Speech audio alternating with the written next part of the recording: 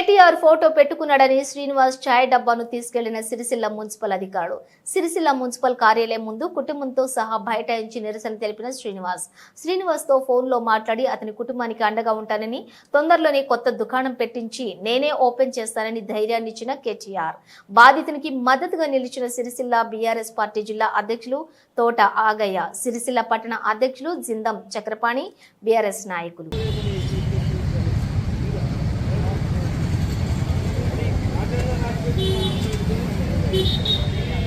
నేను ఆర్డు పేజీలు అన్న నాకేమన్నా అయితే పిల్లల బతికే కావాలన్నా ఇంత అన్నాయమా అన్న గరీబోడు తిరిగిన బతకద్దా మరి నేను ఆంధ్ర ఉండే సార్ నేను కూడా తెలంగాణలో ఉంటే కదా మేము పురుగుల మంది తెచ్చుకుని ఆంధ్ర తాగి చచ్చిపోతా ఇవి అందరి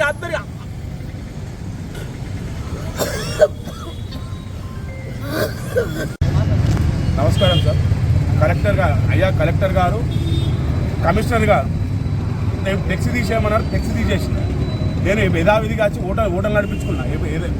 మబ్బల 3 గంటలకు వచ్చేటప్పుడు మబ్బల 3 గంటలకు మా భార్య అనే ఇద్దరం వచ్చినాం. హోటల్ నడిపించుకున్నాం, పోయి ఇంటికి పోయి తిని పండుకునే మేము మబ్బల 3 గంటలకు వస్తాం సార్. హోటల్ మరి నిద్ర లేదని మధ్యాహ్నం పండుకున్నాం. వచ్చేవారన్నా డబ్బనే మాయమైంది సార్. ఇంత అన్యాయమా సార్? మాకు కనీసం మాట వరుస అరే తమ్ముడు మేము మీకు డబ్బు ఇచ్చినాం, మళ్ళీ మా డబ్బా మేము కూడా పోతున్నాం, నీ సామాన్లు ఉంచుకోవడం కూడా చెప్పలేదు సార్. మొత్తం నన్ను రోడ్డు మీద వారేసారు సార్.